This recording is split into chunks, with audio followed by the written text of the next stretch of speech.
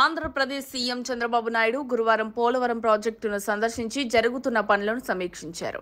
ఈ సందర్భంగా నిర్వాసితులతో కూడా మాట్లాడిన ఆయన గోదావరి పుష్కరాలకు ముందే ప్రాజెక్టును పూర్తి చేసి జాతికి అంకితం చేయాలని సంకల్పించామని చెప్పారు.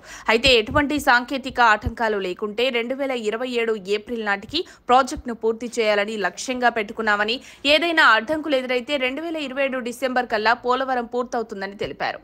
ఈ పర్యటనలో ఒక ఆసక్తికర రాజకీయ ఘటన చోటు చేసుకుంది. చంద్రబాబుకు స్వాగతం పలికేందుకు పలువురు నేతలు హాజరయ్యారు.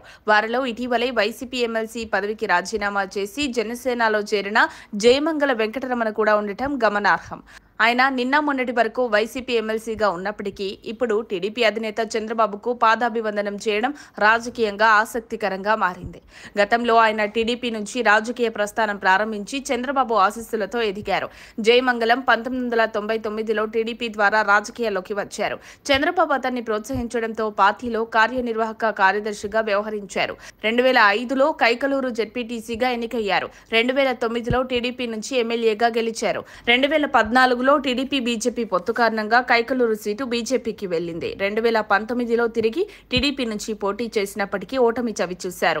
2024 ఎన్నికలకు ముందు వైసీపీలో చేరి ఎమ్మెల్సీ పదవి పొందారు. అయితే వైసీపీ ఘోర పరాజయం పాలవడంతో పార్టీకి పదవికి రాజీనామా చేసి జనసేనలో చేరారు. అయితే ఆయన రాజీనామాను ఇంకా మండలి చైర్మన్ ఆమోదించలేదు. అసలు బాబు పాదాలకు నమస్కరించడం వెనుక ఆయన క్షమాపణలు కోరారా, ఆశీర్వాదం తీసుకోవాలనుకున్నారా అనేది ఇంకా తెలియదు. కానీ ఈ సంఘటన రాజకీయ వర్గాల్లో హాట్ టాపిక్ గా మారింది. మరిన్ని అప్డేట్స్ కోసం మా కాయ్ టీవీని సబ్స్క్రైబ్ చేసుకోండి.